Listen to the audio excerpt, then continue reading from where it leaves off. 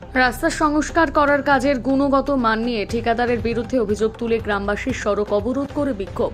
ত্রিপুরা ধলাই জেলা কলমপুর মহকুমার এক ঠিকাদারের অদূরদর্শিতার দুর্ভোগ পোহাতে হচ্ছে গ্রামবাসীদের, ফলে বাধ্য হয়ে শুক্রবার কমলপুর ৬ এবং ৬ নম্বর ওয়ার্ডের গ্রামবাসীরা ধলাই নদীর উপর নির্মিত কমলপুর সুরমার সংযোগকারী পাকা ব্রিজে অবরোধে বসে বিক্ষোভ প্রদর্শন করে।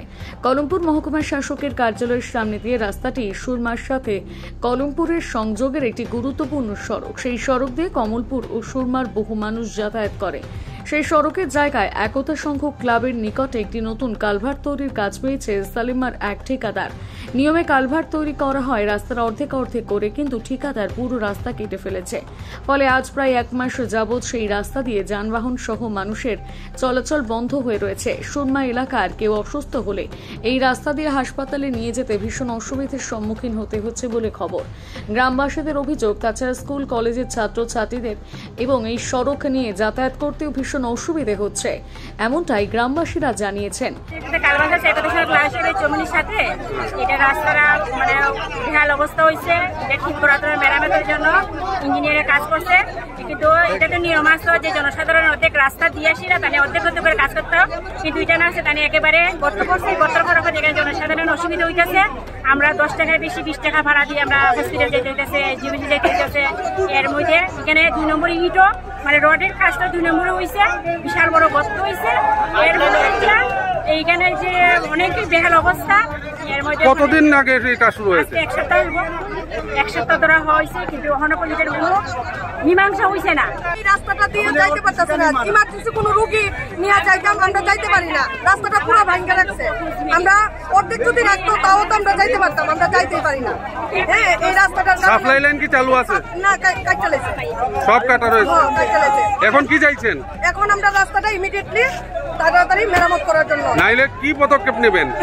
নাহলে এরকম এদিকে রাস্তা কেটে মাটির রাস্তা পাশে ফেলার আশপাশ এলাকার মানুষের বাড়িঘর বৃষ্টির জল ঢোকার ফলে গ্রামবাসীদের চরম দুর্ভোগের শিকার হতে হচ্ছে। শুধু তাই নয়, ওই রাস্তা কাটার ফলে সাপ্লাই রয়েল লাইন কেটে যাওয়ার ফলে গ্রামের মানুষ জল পাচ্ছে না বলে অভিযোগ জানিয়েছেন গ্রামবাসীরা, যার ফলে বাধ্য হয়ে আজ সকল গ্রামবাসীরা একত্রিত হয়ে ধলাই নদীর উপর পাকা সেতুতে সড়ক অবরোধে বসে বিক্ষোভ দেখাতে থাকে।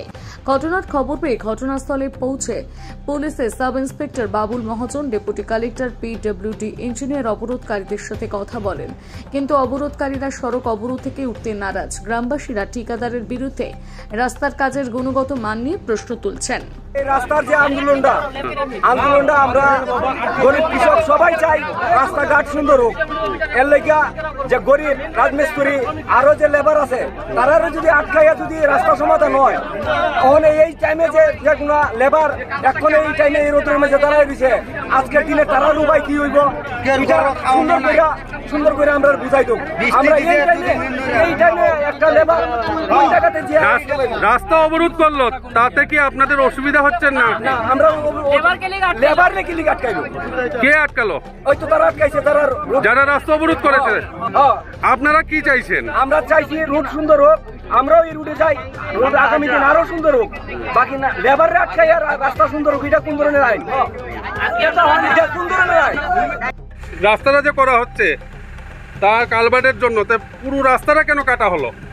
বাইপাস কে লিগে রাস্তা রাখা হলো না? বাইপাস রাখা হলো না এই কারণেই, রাস্তা তো ছোট, তো যদি আমি একটা সাইড ব্লক করি, একটা সাইড আমি যদি কনস্ট্রাকশন করতে যাই, আরেকটা সাইড আমি রাস্তা দিতে পারতাম না, কারণ রাস্তা ড্রেনটা ব্লক হয়ে যায়। কিন্তু রাস্তার সাইডে মাটি বা কাজ করতে গিয়ে পাবলিক ল্যান্ডে ইউজ করা হচ্ছে।